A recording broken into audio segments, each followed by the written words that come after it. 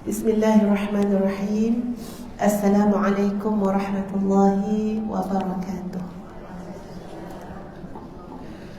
Allahumma lakal hamdu hatta tarda, wa lakal hamdu idza radita, wa lakal hamdu ba'da ridha.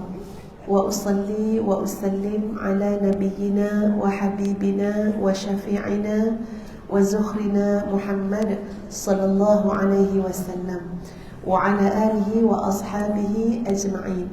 Subhanaka la ilma lana illa ma 'allamtana innaka antal alimul hakim.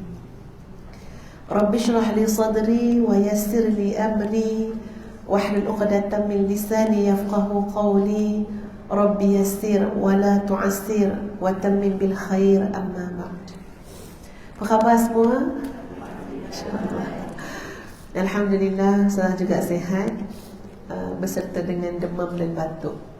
Tapi Alhamdulillah dah buat test, bukan COVID. Jadi jangan takut ya. Ini bengkak tonsil kiri kanan. So malam demam, siang okey sikit tapi batuk ya. Harap ibu-ibu, kakak-kakak, adik-adik ya, para muslimah semua boleh mendoakan agar Allah mengurniakan afiat ya kepada kita semua. Kita mulakan terlebih dahulu dengan membaca dan menghayati suratul Fatihah. A'udzu billahi minasy syaithanir rajim. Bismillahirrahmanirrahim. Alhamdulillahi rabbil alamin. Ar-Rahmanir Rahim. Maliki yaumiddin. Iyyaka na'budu wa iyyaka nasta'in. Ihdinas siratal mustaqim. Siratal ladzina an'amta 'alaihim ghairil maghdubi 'alaihim waladdallin.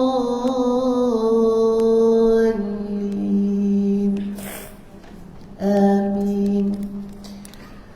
Selama ni nikmat hidung tak tersumbat tu tak terasa sangat. Bila dah sesema batuk baru rasa susah nak bercakap ya. Bila hidung tersumbat. Bila dengung, nak baca Quran yang dengung tu tak mahu dia. Betul tak? Sakit kat sini kan. Alhamdulillah. Sahabat-sahabat para muslimah yang dikasihi sekalian, Ustazah tak sempat nak rujuk juga. Nak kita berhenti dulu. Yang terakhir sebelum PKP kan Datuk kan, kat mana? Jadi kalau ada yang dapat kenal pasti betul-betul kat mana kuliah kita berhenti dulu, nanti maklumkan kepada Ustazah selepas kelas. Sebab lepas ni maknanya kuliah yang akan datang, insya-Allah kita akan ikut sambungan ya, yang betul lah. Untuk hari ni Ustazah pilih sendiri. Ya? Hikam Zulhijjah. Boleh, tak ada masalah. Nak buat Zulhijjah boleh, insya-Allah. Okey, sahabat-sahabat yang dikasihi sekalian. Sorry batuk pakai mic, masya-Allah.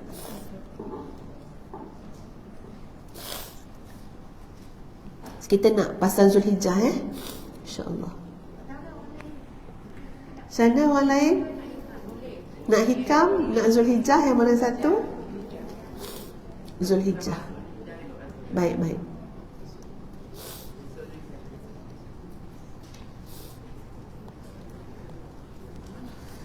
Pertama sekali, sahabat-sahabat para muslimah, kita nak dahulukan menyambut kehadiran bulan Zulhijjah pagi esok, malam ni. Ya, 1 Zulhijjah, dengan mensyukuri rahmat dan nikmat daripada Allah Subhanahu wa taala. Tak ada satu benda pun yang kita boleh buat atas dunia ni tanpa rahmat Allah. Tak ada satu pencapaian pun yang kita boleh raih atas dunia ni tanpa ihsan dan pertolongan Allah Subhanahu wa taala. Allah yang Maha berkuasa memilih hamba-hambanya. Kita ambil contoh di kalangan wanita, ya, sahabat-sahabat semua, memilih di kalangan hamba-hambanya Contoh Sayyidatuna Hajar alaihassalam. Contoh Sayyidatuna Maryam alaihassalam. Siapa lagi contoh serikandi-serikandi Islam? Sayyidatuna Khadijah bintu Khuwailid. Ini semua terlalu hebat, terlampau hebat. Kita dengar tu pun rasa nak tergolek dengar. Tak mungkin kita boleh diletakkan di tempat Sayyidatuna Hajar alaihassalam. Tak mungkin kita boleh menginfakkan seluruh apa yang kita ada seperti mana Sayyidatuna Khadijah bintu Khuwailid. Sampai habis dah cari apa lagi yang aku belum sumbangkan, yang aku belum korbankan demi untuk agama Allah Subhanahu wa ta'ala. Tapi kita kena ingat, seluruh pencapaian ini, seluruh kekuatan itu adalah pilihan Allah Subhanahu wa ta'ala yang datang daripada rahmat Allah. Rahmat. Kita mungkin berangan sekarang ni sahabat-sahabat.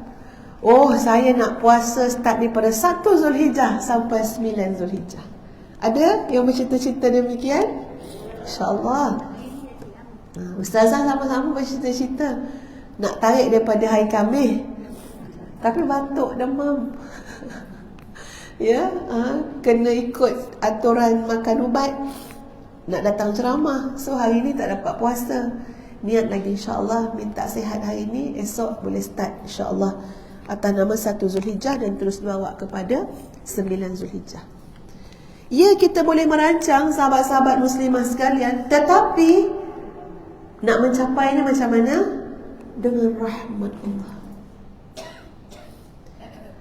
Ya Arhamar Rahimin arhamna, Ya Arhamar Rahimin arhamna. Wahai yang maha merahmati, wahai yang maha menyayangi, mengasihi, Arhamar Rahimin, yang paling rahmah daripada yang pengasih. Maka rahmatilah kami, kasihilah kami. Pasti di sana ada kelemahan kami yang kami mungkin tak dapat capai apa yang kami nak buat. Mungkin di sana ada dosa-dosa kami, kekurangan kami yang kami tak dapat nak buat amalan-amalan yang hebat-hebat. Tetapi semuanya insya-Allah boleh kita lalui, boleh kita capai dengan rahmat daripada Allah Subhanahu wa ta'ala. Jadi daripada hari ini, sahabat-sahabat, para muslimah, ibu-ibu, adik-adik ya, yang dikasihi sekalian, kita tumpukan memohon rahmat Allah Subhanahu wa ta'ala. Ya Arhamar Rahimin arhamna, Ya Arhamar Rahimin arhamna. Terlalu mudah bagi Engkau ya Allah mengangkat orang-orang yang telah Engkau angkat kedudukan mereka. Terlalu mudah bagimu ya Allah memuliakan orang-orang yang telah Engkau muliakan kedudukan mereka. Maka ya Allah, angkatlah kami. Maka ya Allah, muliakanlah kami. Itu kunci dia sahabat-sahabat sekalian. Kita tidak menyambut bulan Zulhijjah dengan perasaan, oh saya boleh buat semua. Last year kita katakan 9 hari saya puasa, kan? Last year saya sedekah 10 Zulhijjah yang pertama tu beribu-ribu. Itu bunyi orang agah. Ya, bunyi orang yang tak nampak bahawa sebenarnya semua yang boleh kita lakukan itu adalah dengan ihsan, rahmat dan pertolongan Allah Subhanahu wa ta'ala. Muslimat yang dikasihi sekalian, kalau kita menyebut tentang bulan Zulhijjah, 10 awal Zulhijjah itu menurut pandangan ulama, ya, bahkan disebut oleh Ibnu Abbas radhiyallahu an selaku sahabat yang sangat arif dalam mentafsirkan ayat-ayat suci Al-Quranul Karim, beliau juga mengatakan bahawa dalam suratul Fajar, suratul Fajar ayat pertama hingga kedua. Macam mana bunyi suratul Fajar? Baca bismillah dulu. Cuba baca bismillah. Bismillahirrahmanirrahim. Fajar. Wal fajr. Lagi. Walayalin ashr. Wal fajri walayalin ashr. Betul kan suratul Fajar? Okay, ulang lagi sekali. wal fajri wa layalin ashr. Maksud dia apa? Demi fajar. Maknanya Allah menyebut sesuatu seperti bersumpah, ya sahabat-sahabat semua, nak menunjukkan keutamaan. Demi waktu fajar, walayalin ashr, dan 10 dan malam yang 10. Kita ambil pandangan Imam Ibnu Rajab rahimahullah, ya, sebagai tambahan kepada yang telah kita sebut tadi, bagaimana Ibnu Abbas radhiyallahu anhu juga mengatakan maksud malam yang 10 itu adalah malam 10 Zulhijjah. Maknanya malam awal 10 Zulhijjah. Allah bersumpah. Jadi bila disebut yang demikian oleh Allah Subhanahu wa taala dalam Al-Quran, maknanya apa? Ia adalah sesuatu yang sangat hebat dan bernilai di sisi Allah Subhanahu wa taala. Para muslimat nak dapatkan yang hebat di tangan kita, di sisi manusia atau di sisi Allah? Di sisi Allah. Contoh ayat Quran sebut, A'udzubillahi minasyaitonirrajim. Al-malu wal-banuna zinatul hayatid dunya wal-baqiyatus salihatu khairun 'inda rabbika thawaban. Macam mana sambungannya? Wal-baqiyatus salihatu khairun 'inda rabbik, kan? Sampai ujung ayat. Maknanya, okey, harta, anak-anak, zinatul hayatid dunya, perhiasan-perhiasan dunia. Tetapi apa yang ada di sisi Allah Subhanahu wa taala itu lebih baik. Jadi bila kita nak faham apa yang ada di sisi Allah ni, inilah dia benda-benda yang ada di sisi Allah. Ganjaran, pahala, kebaikan. Termasuklah sahabat-sahabat, 10 Zulhijjah itu 1 sampai 10, malamnya itu adalah malam-malam ataupun hari-hari yang sangat bernilai di sisi Allah Subhanahu wa taala. Kalau kita tak pedulikan apa-apa yang bernilai di sisi Allah Subhanahu wa taala, maka kita akan melalui 1 sampai 10 Zulhijjah macam biasa je lah. Tak ada apa. Akan datang dan berlalu pergi. Esok Jumaat, lepas Jumaat, Sabtu, lepas Sabtu, Ahad, lepas Ahad, Isnin, lepas tu Raya. Lepas tu habislah Zulhijjah. Tak ada apa. Tapi orang yang meyakini, merasai dan menjiwai malam-malam 10 awal Zulhijjah itu adalah malam yang bernilai di sisi Allah Subhanahu wa ta'ala, maka kita tak mau walau sesaat, walau sedetik, kecuali kita nak buat sesuatu yang paling Allah redha untuk kita lakukan. Sebab sangat bernilai di sisi Allah Subhanahu wa ta'ala. Kita manusia ni kan, sahabat-sahabat semua, kalau kita nak mati nanti, apa yang kita minta ke Allah? Agak-agak lah kalau kita baca Quran, dengar hadis Nabi, biar kita tahu kan, kalau kita berada di atas pembaringan kematian, apa agaknya yang kita minta daripada Allah Subhanahu wa ta'ala? Minta ampun dosa. Lagi minta apa? Allah Subhanahu wa ta'ala sebut dah dalam surah Al-Munafiqun, ya, dan beberapa surah yang lain. Orang bila nak mati, apa yang dia minta pada Allah? Dia minta masa. Dia minta peluang. Dia minta peluang.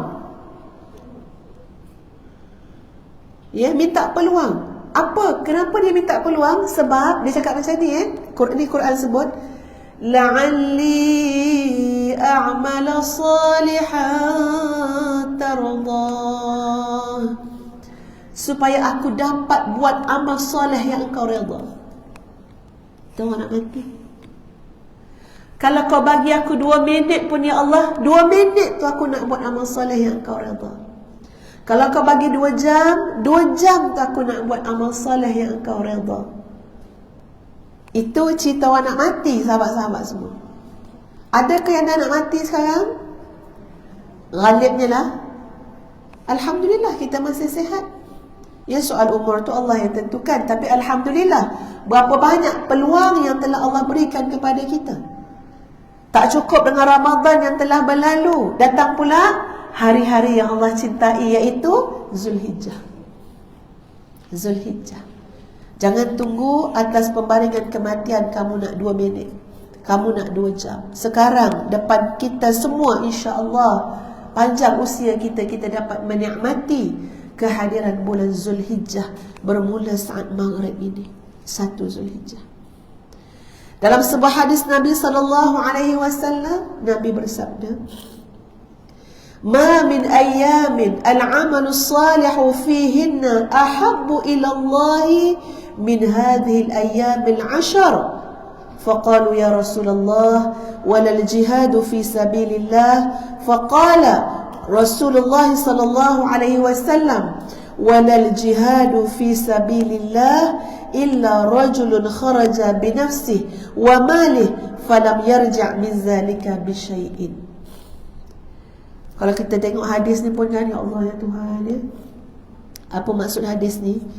Tiada hari yang amalan soleh lebih dicintai oleh Allah Subhanahu wa ta'ala daripada 10 hari pertama bulan Zulhijjah. Tiada hari yang amalan soleh di dalamnya lebih dicintai oleh Allah. Masya Allah. Apa yang kita nak buat start malam ni? Esok kita nak buat apa? Lusa kita nak buat apa? Bukan lama, 10 hari. 10 hari ni pejam celik habislah. Tapi kalau kita sambut 10 Zulhijjah dengan melopong je kan, tak ada perancangan apa-apa. Tengoklah apa benda nak buat nanti. Ada rasa nak sedekah tau, tak plan. Ini saya cakap kat diri sendiri juga ya, sahabat-sahabat. Agaknya kita ni sampai kot tahap kena ada buku tulis 1 Zulhijjah, amalan apa yang kita niat nak buat, tulis. Malam ni kita nak sambut dengan apa? Sujud syukur. Kita nak buat apa? Taubat kepada Allah. Kita nak buat apa? Selawat banyak mana? Istighfar banyak mana? Sedekah bagaimana? Okey, malam ni kita nak tidur berapa lama? Nak bangun pukul berapa? Ni semua perancangan. Nak bangun pukul berapa? Macam mana kita nak hidupkan malam kita? Suratul Kahfi nak baca malam ni ke? Baca esok ke? Kita tulis belaka dah. Kita tulis. Allah Subhanahu wa ta'ala menjadi saksi. Aku tak main-main, ya Allah. Kalau tahun lepas aku cuma congak-congak je kat fikiran ni kan, nak buat apa? Tahun ni aku catat. Tahun ni aku tulis. Tahun ni aku letak dekat peti ais 1 Zulhijjah sekian, 2 Zulhijjah sekian. Sebab aku tak main-main, ya Allah. Aku nak buat yang lebih baik. Kenapa? Setiap amalan yang dibuat pada 10 Zulhijjah yang awal adalah amalan yang paling dicintai oleh Allah Subhanahu wa ta'ala. Takkan kita tak ada plan ya? Kita kalau pergi mana-mana, itulah yang paling kita sibuk tanya. Kan? Katalah nak pergi mana? Apa ni hajah semua nak pergi mana? Kalau nak buat melancong lah. Nak pergi mana? Switzerland?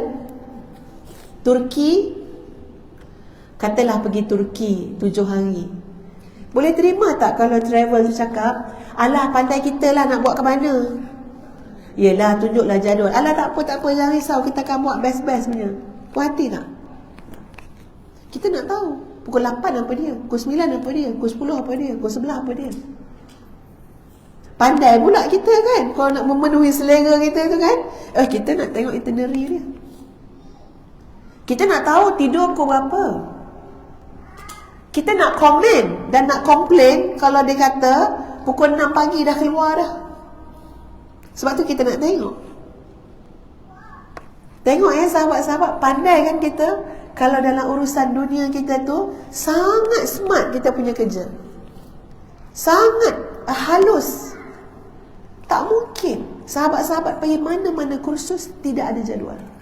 Tak mungkin. Ya, kursus apa yang sahabat-sahabat muslimat pernah pergi?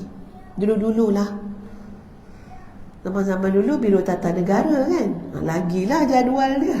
Masya Allah. Kursus apa? Tak ada kursus yang kita boleh, yang tak ada ketahui jadual dia, ikut suka pandai, suka kita. Tak. 10 Zulhijjah ini sahabat-sahabat sekalian, Ustazah cadangkan kepada diri sendiri, kepada seluruh muslimat, petang ni kita ambil masa duduk sekejap. Kita rancang dengan sebaik-baiknya apa yang kita nak buat sepanjang 10 awal Zulhijjah. Catat, jangan ada tertinggal. Quran nak baca banyak mana. Solat sunat witir jangan tinggal. Ya, kuliah agama yang mana kita nak ikut ni dalam sehari. Catat. Kalau betul lah dalam jiwa kita, ya para muslimah, memang nak cari kecintaan Allah Subhanahu wa ta'ala, inilah peluang yang datang. Apa dia? Amalan yang kita buat menjadi amalan yang paling dicintai oleh Allah. Memang hebat ya muslimat sekalian. Hebat sangat 10 awal Zulhijjah ni. Sampaikan sahabat Nabi tanya, "Ya Rasulullah, bagaimana dengan jihad di jalan Allah?" Sebab kan Nabi kata amalan yang Allah paling cinta 10 Zulhijjah. Jadi sahabat tanya, habis tu jihad fisabilillah macam mana? Nak letak kat mana jihad fisabilillah? Yang pastinya lebih tinggi kan menurut pandangan sahabat. Nabi jawab, walal jihadu fisabilillah.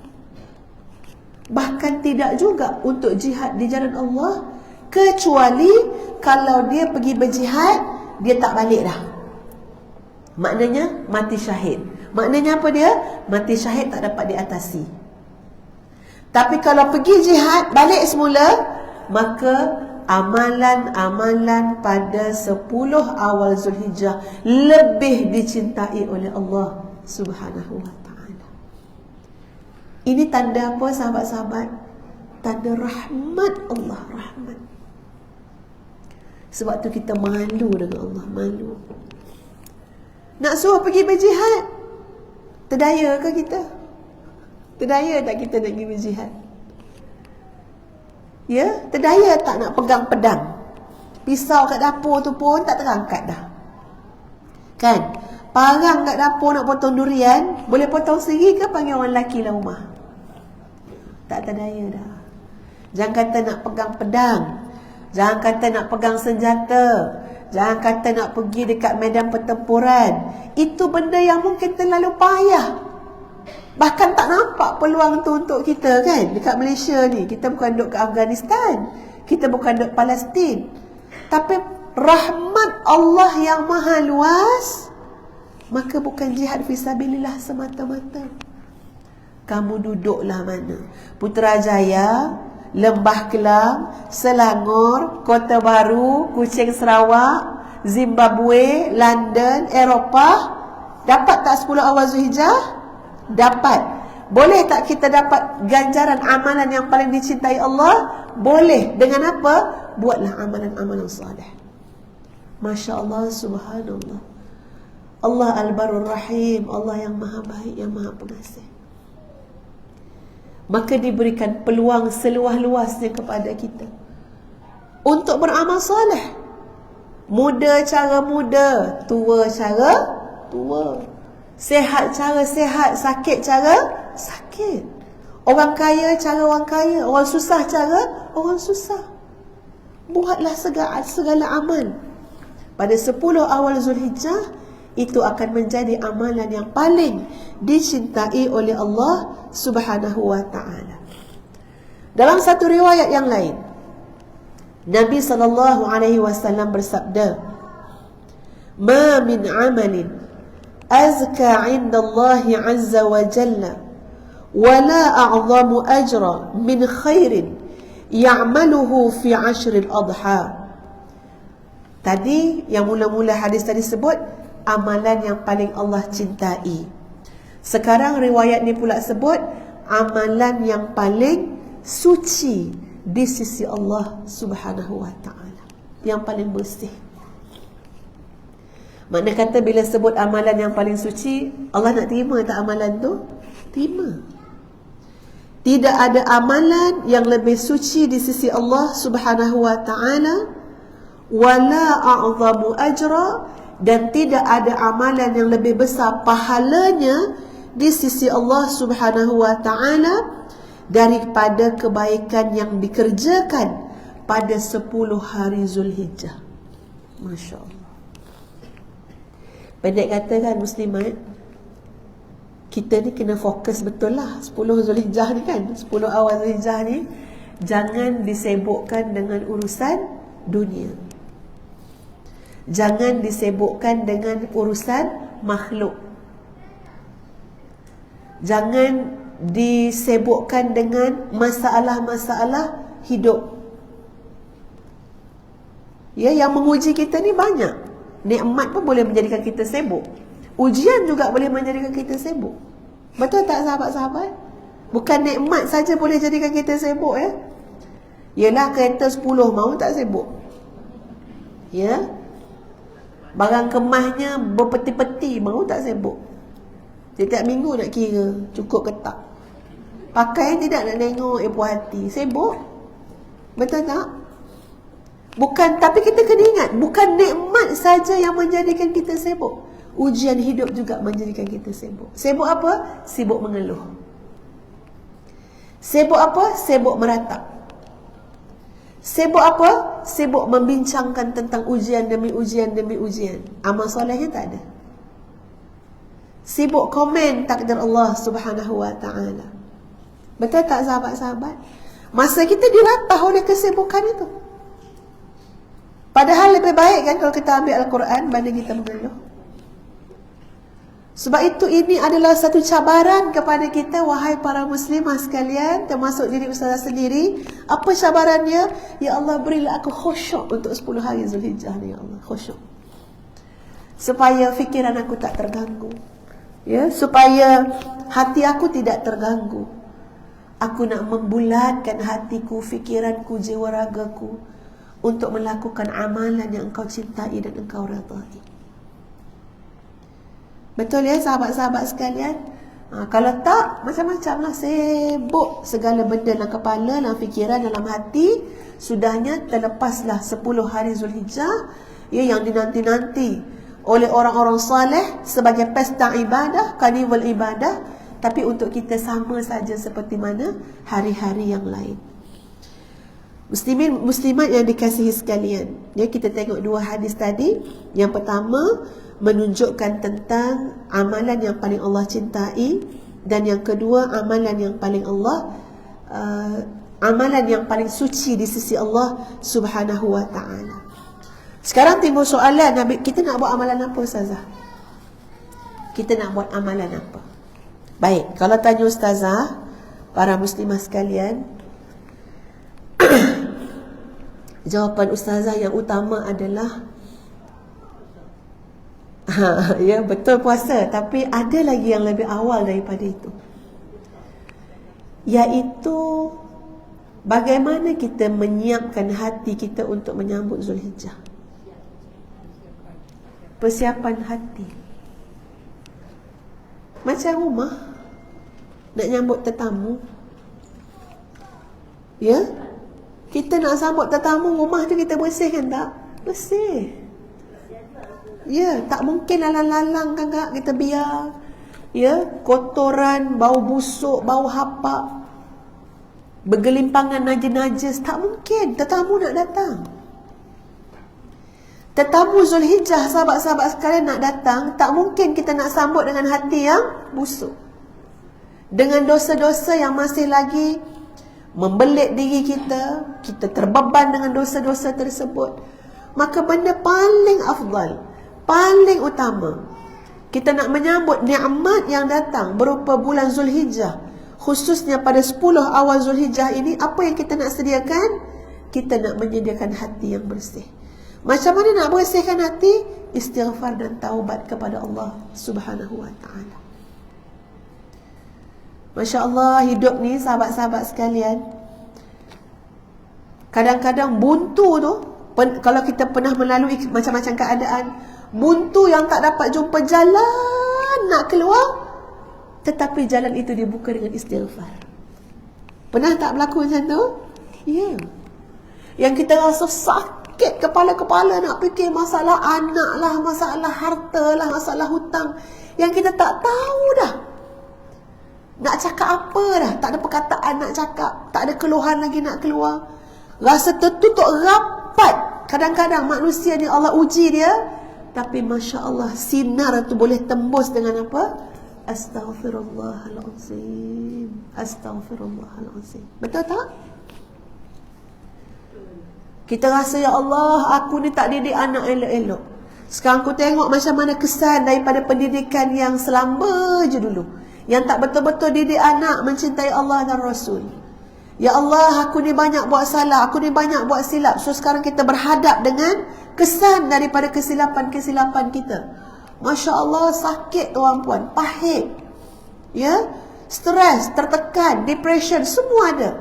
Tapi Masya Allah, subhanallah, lafaz astaghfirullahalazim dan kalimah taubat ataupun taubat kita kepada Allah Subhanahu wa ta'ala membuka pintu yang sudah tertutup rapat. La ilaha illa anta subhanaka inni kuntu minal zalimin. Terbuka pintu. Malam gelap datang cahaya. Dalam laut bergelumang apa ni? Dalam laut dengan gelombang-gelombang yang sangat dahsyat, luar biasa, dimuntahkan oleh laut untuk pergi tepi pantai. Dalam perut ikan, ni kan cerita Nabi Yunus, dalam perut ikan boleh terlepas keluar lagi. Masya Allah, subhanallah. Kita tidak pernah dihadapkan dengan ujian umpama berada dalam perut ikan. Ke ada yang boleh kata kat sini, saya punya ujian Ustazah macam duduk dalam perut ikan nun. Ujian kita kecil-kecil je. Sekarang tiba-tiba yang bagi makan, kang lalu makan. Maknanya tak ada apa ujian kita tu. Ajak shopping, lalu lagi shopping.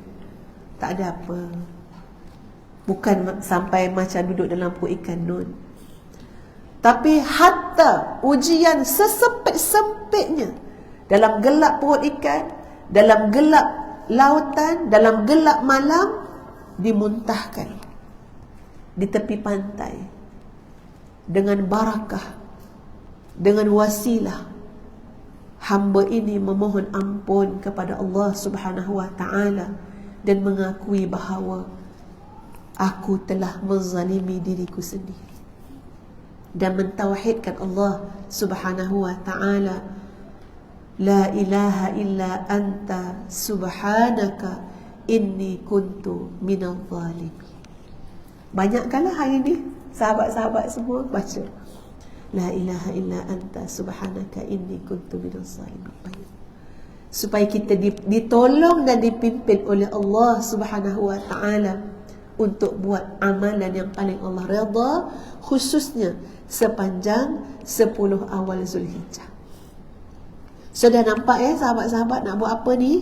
Taubat pada Allah, istighfar banyak-banyak, la ilaha illa anta subhanaka inni kuntu minaz zalimin, ataupun Allahumma anta rabbi la ilaha illa anta khalaqtani wa ana 'abduka wa ana 'ala 'ahdika wa wa'dika mastata'tu a'udzu bika min syarri ma sana'tu abu'u laka bi ni'matika 'alayya wa abu'u bi dhanbi faghfirli fa innahu la yaghfiru dzunub illa anta. Fokus kita hari ni apa dia? Istighfar taubat, istighfar taubat, istighfar taubat. Supaya hati kita bersih dan siap untuk menerima limpahan kurnia daripada Allah Subhanahu wa ta'ala. Ada masalah? Ada, letak tepi kejap. Ya, seronok sangat dengan nikmat, letak tepi sekejap. Jangan sampai lupa diri. Fokus kita apa dia? Fokus kita memberikan seluruh khusyuk hati kita kepada Allah Subhanahu wa ta'ala. Khusyuk pada Allah. Khusyuk ni memang satu amalan hati yang paling awal dicabut. Paling awal dicabut daripada umat. Sebab tu Nabi SAW ajar kita doa, Allahumma inni a'udhu bika min ilmin la yanfa' wa Allahumma inni a'udzubika min qalbin la yakhsha' wa min nafsin la tashba' wa min ilmin la yanfa' wa min du'ain la yusma'. Ya Allah, aku berlindung daripada hati yang tidak khusyuk. Hati tak khusyuk, solat tak khusyuk, yang luar solat lebih-lebih lagi. Yang dah berdiri depan Allah pun tak khusyuk, ini kan yang menghadap ke tempat lain dah. Betul tak sahabat-sahabat? Ya, sebab tu kita kena tengok solat kita khusyuk betul-betul, khusyuk betul-betul. Ada orang tak khusyuk sebab lalai dengan dunia. Ada orang tak khusyuk sebab lalai dengan nafsu. Ada orang tak khusyuk sebab lalai dengan masalah-masalah hidup. Tak khusyuk juga. Ya, kita tidak menyebut dengan penghayatan yang benar. Alhamdulillahi Rabbil Alamin. Segala puji bagimu ya Allah. Tapi otak kita ke lain. Menyampah betul dengan dia tu. Dia ingat aku suka kat dia. Jauh lari yang kita cakap kat mulut dengan yang berlaku di hati. Rokok, subhana rabbiyal azimi wa bihamdih, subhana rabbiyal azimi wa bihamdih. Tapi dalam hati, dalam fikiran dendam, sakit hati dengan orang. Ya, berfikir-fikir lagi tentang perbuatan orang pada kita. Berfikir-fikir tentang keinginan-keinginan dunia. Itu yang kadang-kadang sampai berdiri baca tahiyat. Ada tak? Berdiri ni Allahu Akbar, at-tahiyatul mubarakatuh salawat. Lepas tu pun perasa berdiri Bismillahirrahmanirrahim. Jadi gila kita dalam solat, tak tentu arah. Betul tak? Betul. Saya cakap ni pasal saya pernah buat. Kalau tak, saya tak tahu. Saya pernah berdiri at-tahiyat. Malu kat Tuhan kan? Malu dengan Allah. Jauhnya aku ngelamun. Berdiri at-tahiyat ke? Ya, sudahnya pun fikir sepatutnya duduk ke berdiri ni. Duduk pula Fatihah. At-tahiyat. Alhamdulillah Rabbil Alamin. Tu belum lagi yang baca Fatihah, pergi kepada doa. Alhamdulillah Rabbil Alamin wassalatu wassalamu ala Rasulillah. Nak berceramah pula ke? Ke laut dah perginya. Hilang khusyuk dalam solat. Khusyuk dalam solat kalau hilang, jangan cari khusyuk di luar solat. Lagi tak ada. Lagi tak jumpa. Lagi tak jumpa. Sebab tu latihannya di mana? Dalam solat. Kalau kita tidak bertemu khusyuk dalam solat, tak akan berjumpa khusyuk di luar solat. Betul kan sahabat-sahabat tu safir dia? Jadi ya Allah, hari ni kita nak solat zuhur dengan khusyuk. Kita nak solat asar dengan khusyuk. Kita nak solat maghrib dengan khusyuk. Ketepikan seketika semua-semua yang lain. Berikanlah jiwa raga kita kepada Allah Subhanahu wa ta'ala. Kita senang sebut wa ufawwidu amri ila Allah. Tapi hakikat dia, semua benda kita nak jaga. Ya, semua benda kita nak fikir, nak buat, nak itu, nak ini. Kalau dah sebut wa ufawwidu amri ila Allah, kena berlatih menenangkan diri untuk menyerahkan urusan itu kepada Allah. Kena berlatih. Ini latihan yang sangat baik 10 awal Zulhijjah. Berlatih, tenangkan diri. Ya, benda yang bukan kerja kamu tak payah buat. Benda yang memang kerja kamu yang diperintahkan oleh Allah Subhanahu wa taala, buatlah. Itu memang kerja kita. Allah sebut dalam Quran kan? Auzubillahi minasyaitanirrajim. Wa may yattaqillaha yaj'al lahu makhraja. Barang siapa yang bertakwa kepada Allah, Allah akan mengurniakan kepada dia jalan keluar. Itu ada dua benda yang kita kena tengok. Pertama, kerja kita. Kedua, apa yang memang menjadi hak Allah Subhanahu wa ta'ala. Apa kerja kita? Bertakwa kepada Allah. Itu kerja kita. Apa yang akan Allah berikan kepada kita? Jalan keluar. Tapi kita terbalik. Kita bergasak mencari jalan keluar, solat akhir waktu. Kita bergasak mencari jalan keluar, ibadah-ibadah tak tahu ke mana. Kita mencari jalan keluar, maksiat pun kita buat. Maknanya apa? Kita salah formula. Jalan keluar itu adalah anugerah yang akan Allah berikan kepada hamba-hambanya. Syarat dia apa? Kamu buat kerja kamu. Kerja kamu apa? Fokus untuk menambah ketakwaan kepada Allah Subhanahu wa ta'ala. Tengok macam mana Nabi Ibrahim alaihissalam, ya, sahabat-sahabat semua. Ustaz tak boleh bayang macam mana yang Nabi Ibrahim alaihissalam lalui dengan ahli keluarga baginda. Tak dapat nak bayang. Macam mana untuk seorang ayah dan seorang suami yang pasti sayang kan dengan anak isteri, nak meninggalkan dengan yakin anak isteri kat tengah-tengah padang pasir, nak menguruskan yang Sarahnya, Hajarnya, ya, anak anda yang bernama Nabi Ismail alaihissalam. Cuba duduk sekejap bayang, ya Allah, konflik betul tu. Betul tak? Konflik macam mana? Bukan ada handphone zaman-zaman tu. Tak apa, abang tinggal kat sini, nanti WhatsApp.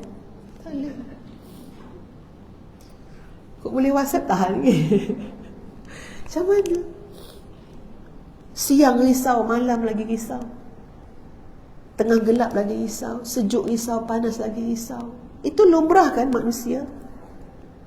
Tapi kita perasan tak sahabat-sahabat sekalian, Nabi Ibrahim alaihissalam diuji dengan ujian yang berat seumpama ini. Dalam Al-Quran kita dapati antara doa yang paling banyak doa Nabi Ibrahim. Doa Nabi Ibrahim. Maknanya apa? Bukan tak ada masalah, masalah sangat banyak. Bukan tak ada ujian, ujian berseligat. Tapi di mana kekuatan Nabi Ibrahim alaihissalam? Menyerahkan urusan kepada Allah Subhanahu wa ta'ala, menjadikan Nabi Ibrahim ini insan, hamba Allah yang sangat tekun dalam berdoa kepada Allah Subhanahu wa ta'ala. Betul tak sahabat-sahabat semua? Banyak doa Nabi Ibrahim. Rabbi ja'alni muqimas salah wa min zurriyati rabbana wa taqabbal du'a. Lagi doa Nabi Ibrahim, ya Allah, aku tinggalkan anak keturunan aku di biwadin ghairi zi zar'in. Ya, jadikanlah mereka orang yang mendirikan salat, jadikanlah mereka orang yang bersyukur. Itu doa-doa Nabi Ibrahim. Jadi sahabat-sahabat sekalian, ni kita nak berlatih ni, berlatih apa dia? Khusyukkan, fokuskan diri kita untuk 10 awal Zulhijjah ni. Habis tu masalah macam mana ustazah? Ujian tu ujian ni, problem apa segala macam, berdoa. Serah pada Allah Subhanahu wa ta'ala. Contohi Nabi Ibrahim alaihissalam, doa betul-betul. Kita ambillah barakah yang ada pada 10 awal Zulhijjah ini. Jadi memang pack ya, kalau kita dengar apa yang saya cakap ni macam banyak benda nak buat ni 10 awal Zulhijjah ni kan. Memang banyak. Ya, sahabat-sahabat yang dikasihi sekalian. Kemudian amalan-amalan soleh yang boleh kita lakukan, ya, disunatkan untuk kita berpuasa, memperbanyakkan puasa, ya, pada 1 hingga 9 Zulhijjah. Hari raya tak boleh puasa. Ya, terlebih sangat khusyuk sampai tak ingat raya. Puasa hari raya tak boleh. Hari tasyrik tak boleh puasa, ya. Itu hari yang diharamkan berpuasa. Kata Ummul Mukminin Hafsah radhiyallahu anha, anna an-nabiy sallallahu alaihi wasallam kana yasumu yaum Ashura wa 9 min Dzulhijjah wa 3 ayyam min asy-syahr. Adalah Nabi sallallahu alaihi wasallam puasa pada hari Ashura. Kemudian puasa 9 hari pertama bulan Zulhijjah dan 3 hari pada setiap bulan. Jadi kita nak ikut Nabi lah sallallahu alaihi wasallam. Jadi banyaklah pahala yang kita boleh dapat insya-Allah. 1 hingga 9 tu termasuk dapat pahala mengikut sunnah Rasulullah sallallahu alaihi wasallam. Nak kuat azam lah ni, puasa hari Jumaat sampai hari Sabtu depan kan. Hari Ahad raya kan, insya-Allah sampai Sabtu depan. Ada seorang sahabat tanya ustazah, dia kata saya kalau ikut kiraan haid, datang haid ni hari Ahad atau Isnin ni. Jadi macam mana, boleh ke saya makan ubat? makan ubat sebab nak dapat juga keutamaan tersebut. Siapa boleh tolong jawab? Okey, silakan. Masya Allah, bagusnya. Patut bagi hadiah ni siapa yang nak jawab. Sila.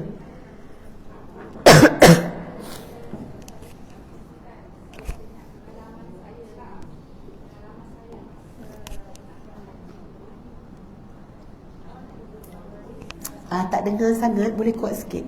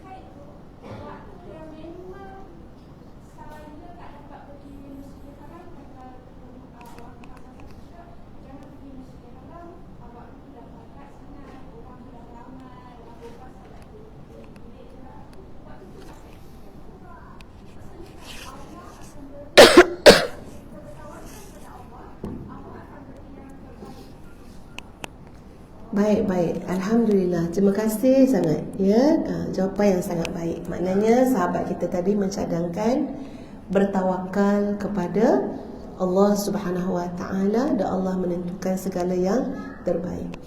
Okey, boleh jawapan tu boleh? Dalam masa yang sama, Ustazah juga menjawab bergantung kepada pertimbangan kita. Bergantung pada keadaan yang pasti berbeza-beza di antara seorang dengan seorang yang lain. Selama mana tidak menyebabkan kemudaratan. Saya ambil contoh ya, sebab kawan saya yang bertanya ni, dia adalah orang yang memang mengambil terapi gantian hormon.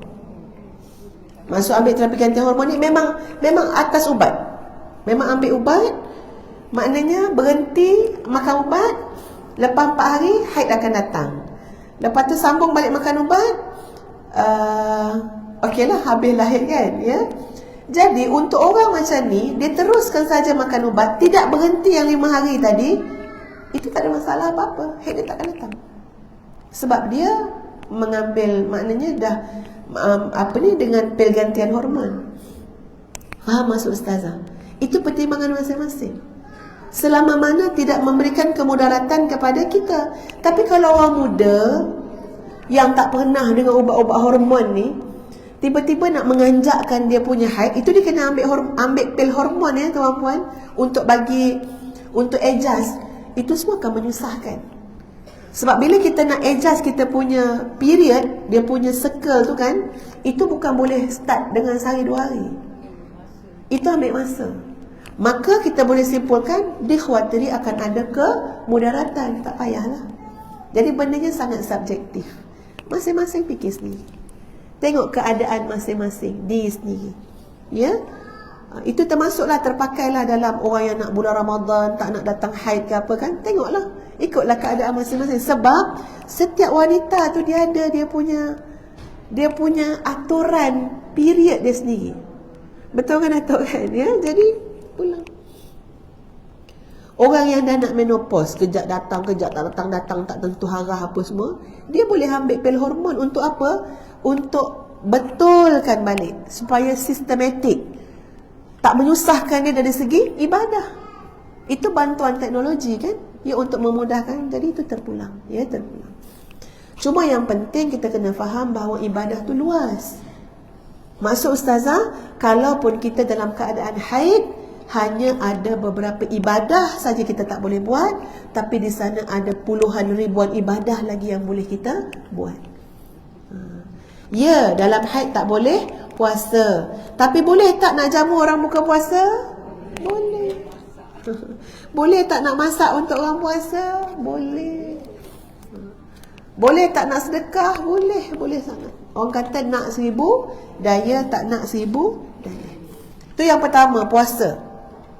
Puasa jatuh kedua lah. Yang pertama kita sebut tadi apa dia? Taubat dan istighfar.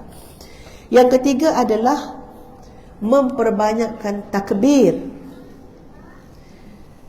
tasbih, tahlil. Pendek kata, zikrullah ia dalam bentuk takbir, tahlil, tasbih dan doa. Kalau kita tengok pada ayat ya tuan-puan sekalian, kalau dalam Al-Quran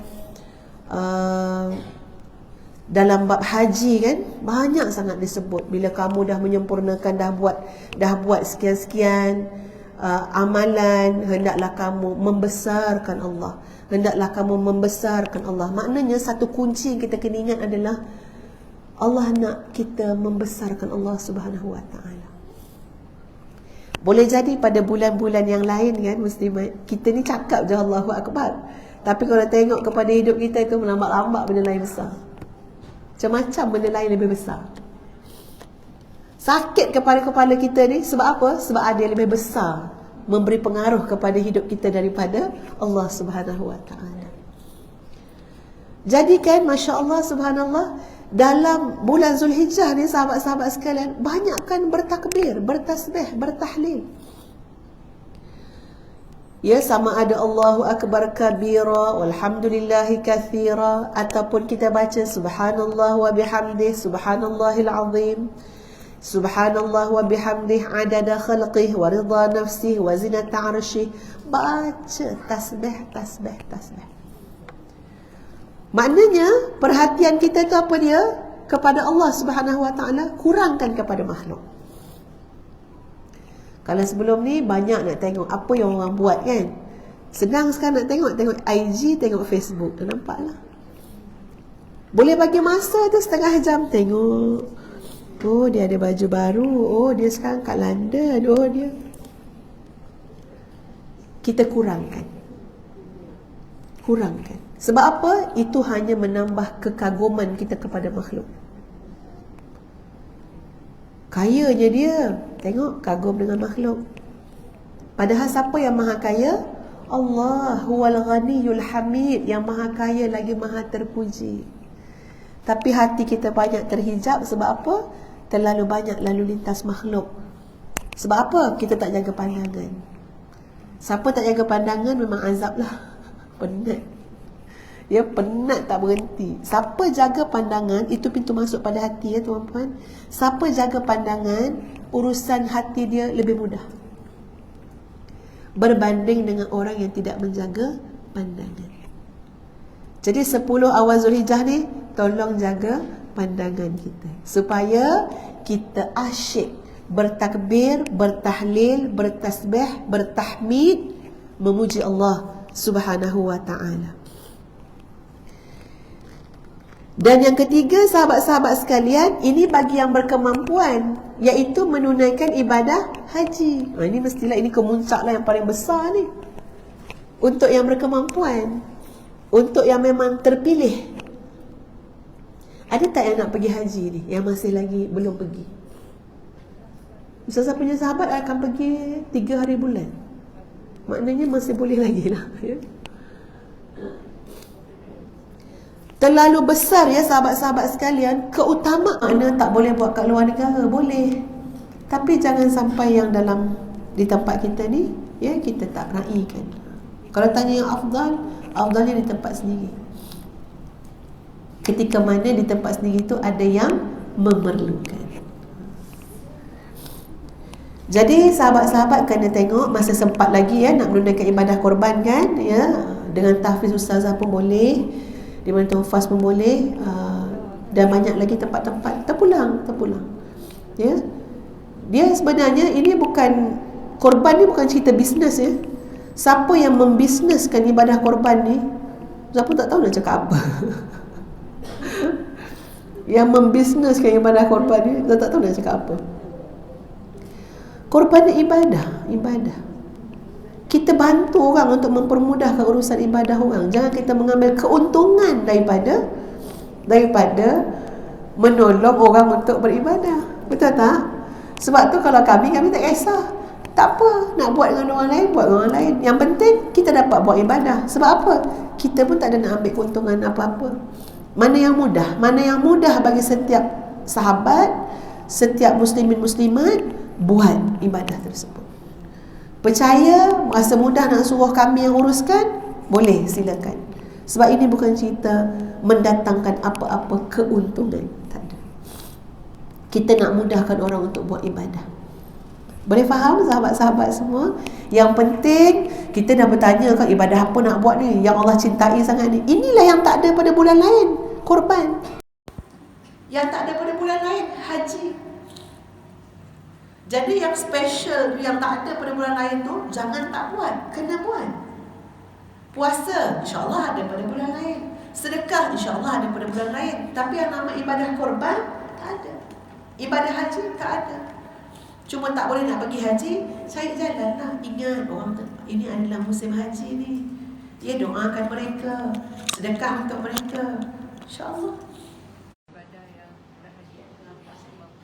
Lagi bagus, haji bukan dia dah 8. Dia tengok mata haji ni. Masya Allah.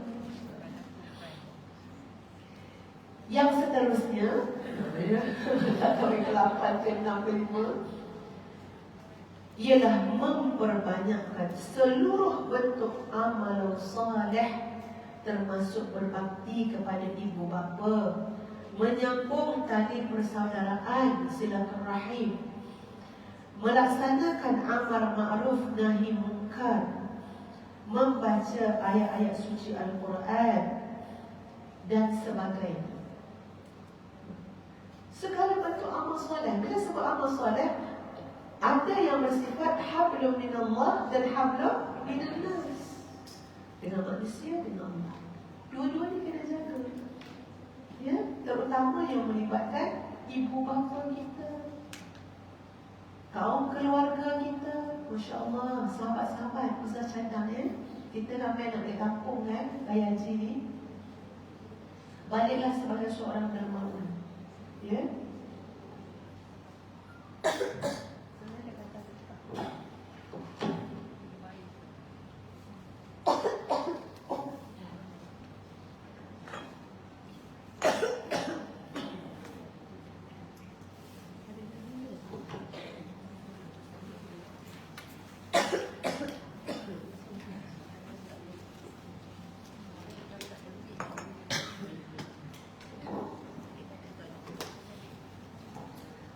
Ini kalau nak agak sini dulu ya. Di kadang-kadang kita patut nak tahu. Okey.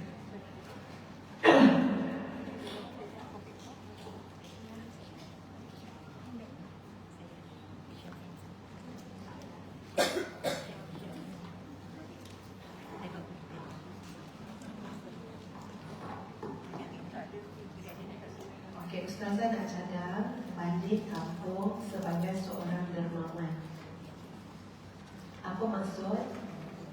Kita kan jumpa sanak saudara kan? Bukan balik kampung nak dalam rumah ni main handphone. Tak, kita nak jumpa maklum, maklam, habis semua. Kasih kat sini, maka siap-siap daripada awal. Siapkan duit dalam envelope. Siapkan kain envelope yang dah dibalut.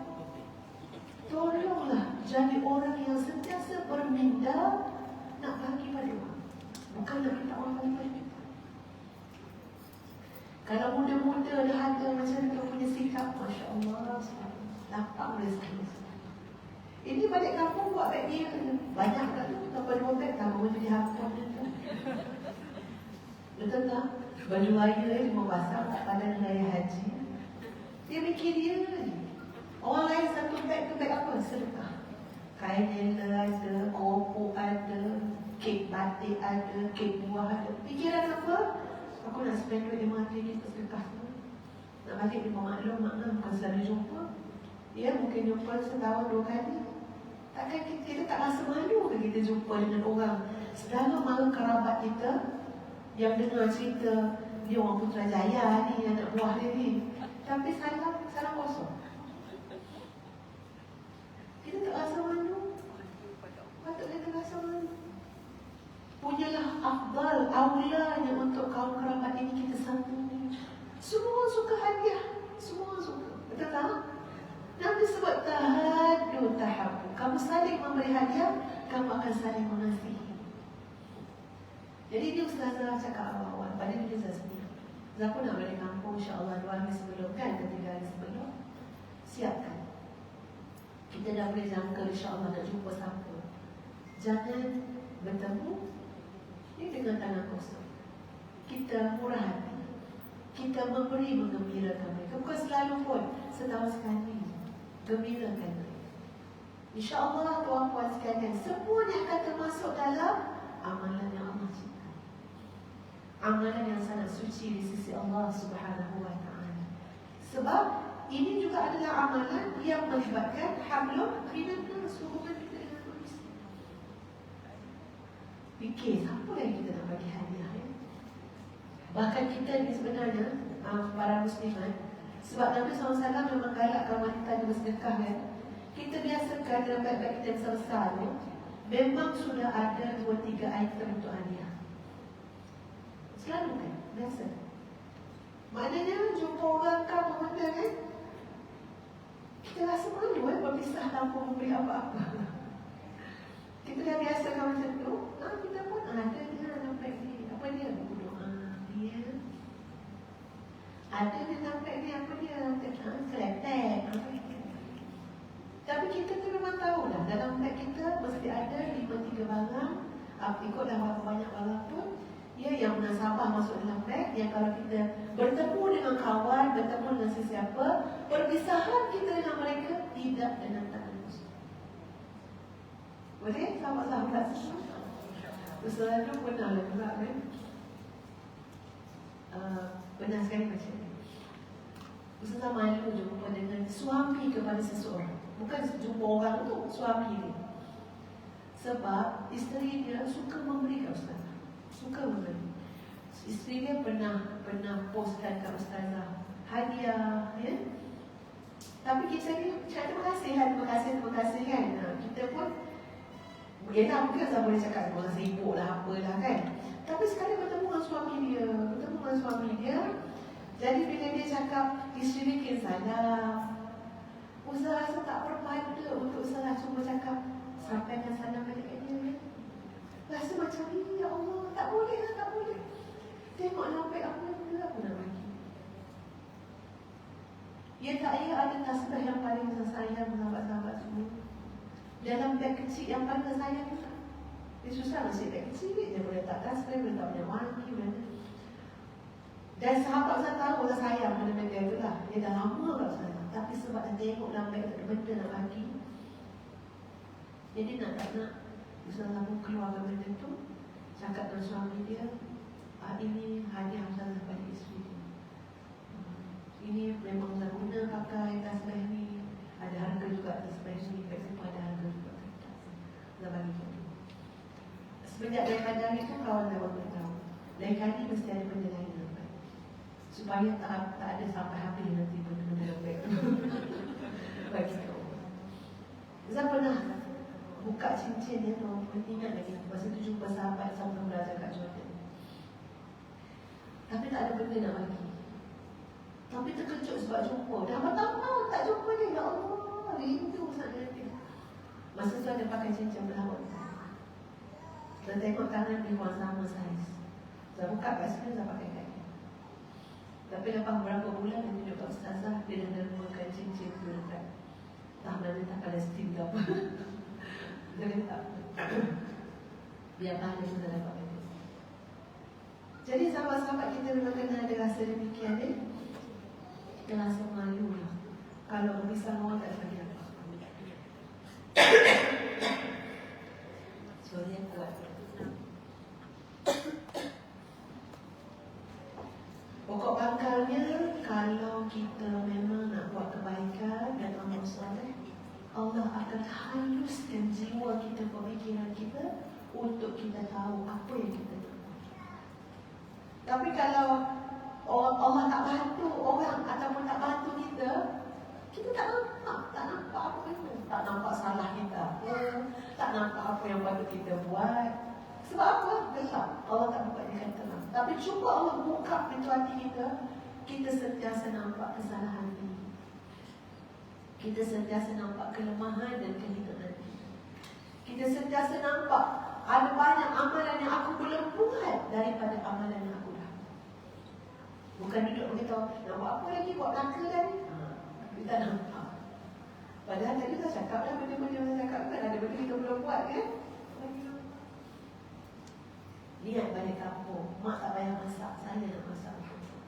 Mak dah lama dah, ya, hidup masak untuk anak-anak. Mak dah tak kedaya dah, tangan dah berteman. Semua ini Allah buka. Pada siapa? Orang yang Allah sayang. Biar kita nampak apa yang kita belum buat untuk kita buat. Bukan kita mendabik dada dengan mana-mana yang kita dah buat. Sebab Allah bukan berkenan pun dengan orang yang melakukan amalan-amalan soleh, tapi hatinya semakin buka. Sebab tu Ibnu Athaillah As-Sakandari ada sebut, boleh jadi orang yang buat maksiat, yang buat jahat tu, yang buat dosa tu, lebih baik di sisi Allah Subhanahu Wa Taala ketika mana dosanya menjadikan dia malu dan tawaduk kepada Allah Subhanahu Wa Taala dan beristighfar dan taubat dan terasa perlukan Allah. Banding orang beramal soleh, makin hari makin rasa hebat, makin hari makin rasa hebat, makin rasa baik. Sampai doa pun kurang dah. Sebab apa dah banyak bulan ibadah. Kita tak tahu antara dua ni siapa yang lebih dekat di sisi Allah Subhanahu Wa Taala. Jadi jangan lupa para muslimat sekalian, ibadah yang kita sebut ni bukan semata-mata ibadah zahir, tapi meliputi ibadah hati. Jangan cerita puasa ibadah zahir, sedekah yang zahir. Tak sampai setakat yang zahir, yang dalam. Ibadah korban tu Allah tak nak pun dengan dagingnya. Yang sampai di sisi Allah bukan dagingnya, bukan darahnya. Yang sampai apa dia? Ketakwaan dalam hati orang yang berkorban kerana Allah Subhanahu Wa Taala. Jadi jangan tersilap ya sahabat-sahabat 10 awal Zulhijjah ni bukan Allah nak tengok kita punya zahir-zahir itu semata-mata. Yang ini ketakwaan kita kepada Allah Subhanahu Wa Taala. Sebelihlah, oh saya sebelih 100 ekor korban. 100 ekor itu takkan sampai kepada Allah. Yang sampai adalah ketakwaan dalam berlaku. Masya Allah, subhanallah. Yang benar-benar kita nak jaga, ya, khususnya pada 10 awal Zulhijjah ini, sahabat-sahabat sekalian, adalah hati kita masing-masing. Menambah ketakwaan kepada Allah Subhanahu Wa Taala. Jadi sahabat-sahabat yang dikasihi sekalian, ada soalan ke nak tanya Ustazah? Ya, sila aja.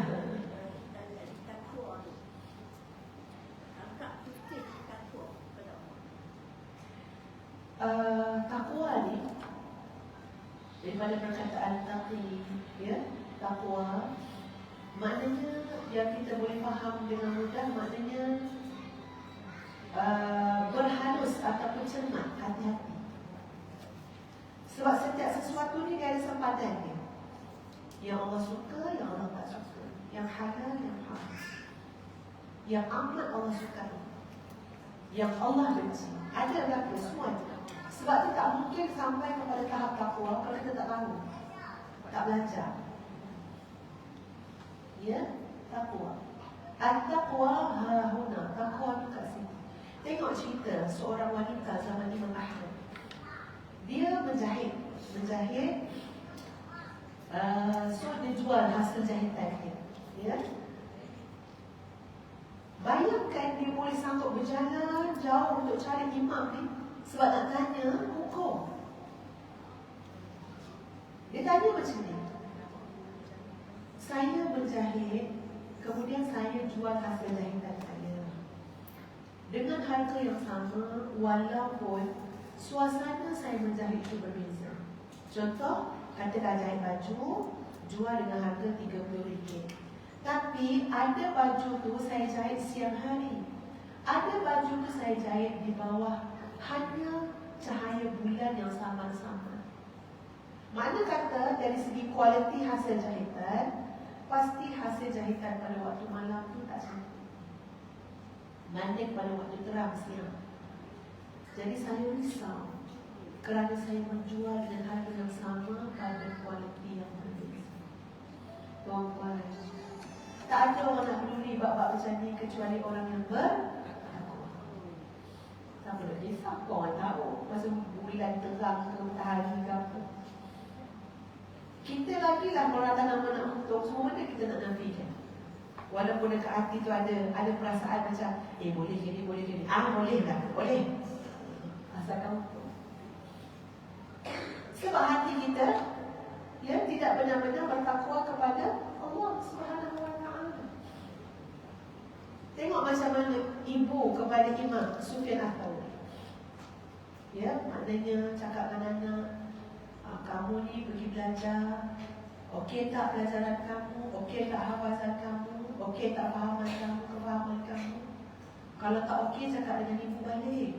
Sebab ibu nak tengok balik duit apa yang ibu bagi kat kamu, perniagaan apa yang kamu bagi pada kamu ni. Sebab ibu yakin apa yang datang daripada ibu tu memberi kesan kepada pembesaran kamu. Tengok ibu ni. Kita kalau anak nak apa, kita salahkan keturunan belah suami. Kan ya? Dia perlu nak balik lagi. Tengok ibu kepada imam ni tadi. Takut mak ni ada bagi kamu apa-apa yang tak betul, tak baik, yang syubhat, yang haram. Sampai kamu payah nak hafal, payah nak faham. Tengok orang mereka.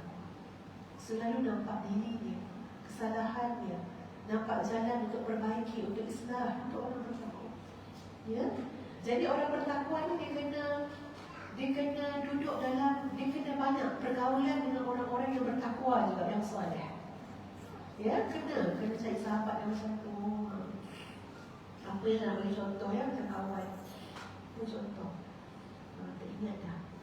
Contoh macam Ibrahim Adham ataupun kita baca cerita-cerita macam Ibrahim Adham. Dalam satu kisah beliau lah. Beliau ni pernah teringin sangat, terlampau seruja sangat nak makan kari hijau. Dulu masa saya baca dalam kitab tak pelik, ada ke kari hijau kan? Tapi rupanya kalau siang bukan kari hijau, sedap. Kan? Sedap. Kamu belajar buat macam mana? Jadi memang dalam kitab sebut Ibrahim Adham maksudnya nak makan kambing, nak makan lauk kari hijau. Dan ketika mana dah dihadapkan tu, maka timbullah keinginan yang membuat-buat kat nafsu ni, nak makan, nak ratah, nak makan, nak ratah. Lalu Ibrahim Adham kata apa? Awas wahai nafsu, kamu nampak macam mana berlebihan. Maka aku hukum kamu tidak makan kambing kari hijau selama 40 tahun.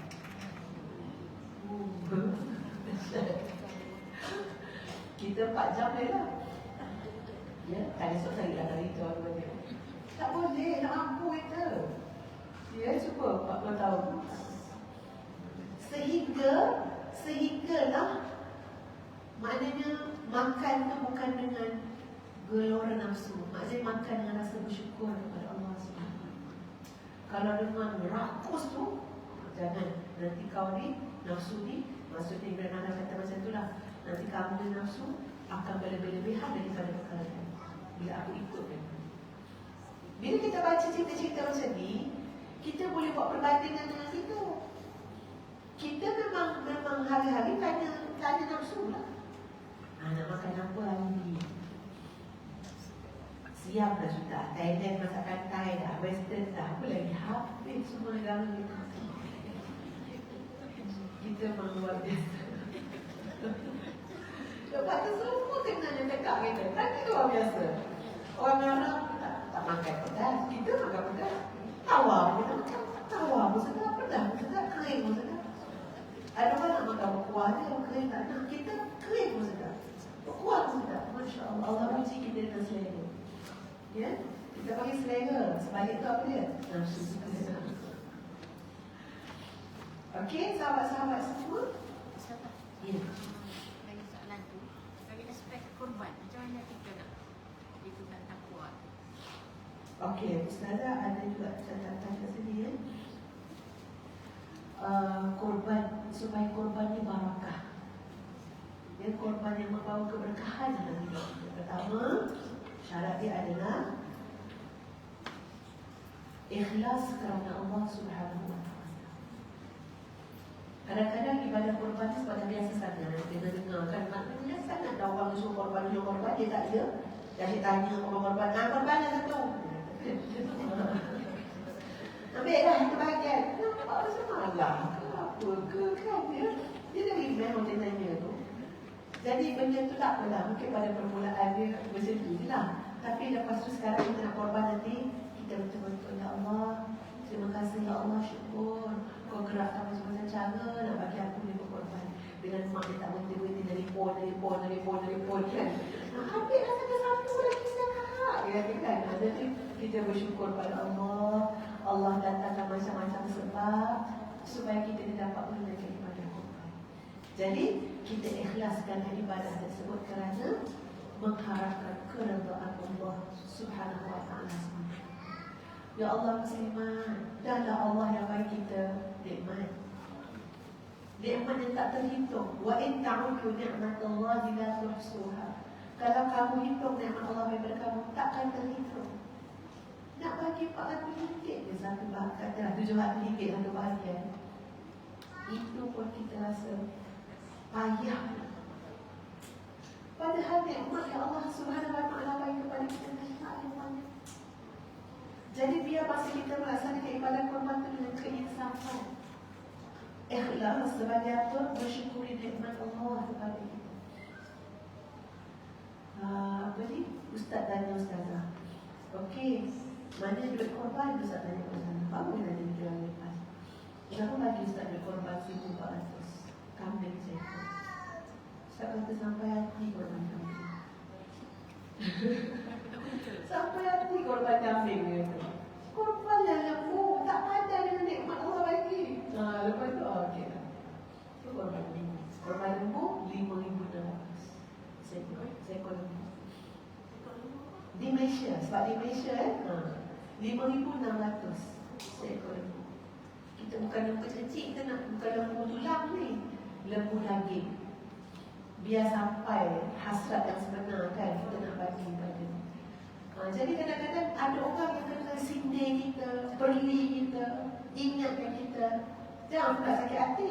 Patutnya kambing dah habis bagi kita. Tak ada boleh ikhlas tu. Jadi bila kita keluar dari mana-mana tu, alhamdulillah ya Allah, kau gerakkan aku nak buat ibadah. Walaupun dengan sindiran suami tadi, dia dengan teguran orang lain.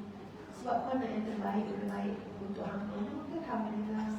Ya, itu syarat ibadah korban yang pertama. Yang kedua, sesuai dengan tuntunan syariat yang telah digariskan dalam Al-Quran dan As-Sunnah. Ya, sesuai dengan tuntunan syariat yang telah digariskan dengan Al-Quran dan Sunnah. Jadi ini kena tengok balik pada syarat-syarat korban tadi lah. Ya, maknanya jenis haiwan korban tu kena betul. Ya, tak adalah tiba-tiba sekandang ayam pula, kan? Dia unta, sapi, kambing, ya, lembu. Kemudian tidak ada cacat pada haiwan tersebut. Cacat yang sangat jelas tak boleh, ya. Pincang yang sangat jelas pun tak boleh. Ataupun binatang korban yang sudah terlalu tua. Dia ada syarat-syaratnya juga lah, ya. Itu kena belajar balik lah, ya, tentang ibadah. Wallahu ta'ala a'lam. Sahabat-sahabat sekalian, kita berhenti setakat ini. Terima kasih kepada semua. Kita saling mendoakan agar kita semua terpilih untuk menghidupkan, ya, malam-malam Zulhijjah, hari-hari Zulhijjah dengan ibadah yang paling diridhai oleh Allah Subhanahu wa taala. Ya, saya. Sesuai dengan syariat Allah. Sesuai syariat Allah. Yang ini kena masuk balik pada bab korban lah. Apa syarat sah dia, ya, apa syarat-syarat pada binatang tu. Tapi bila kita dah bagi pada pihak yang menguruskan, pihak yang menguruskan dia akan bertanggungjawab memastikan ibadah tersebut dilakukan dengan sempurna. Jadi mungkin kita wakil kan, ya, kepada pihak tersebut. Wallahu a'lam. Kita takwakan dengan surah Al-Ma'az dan tasbih kapal.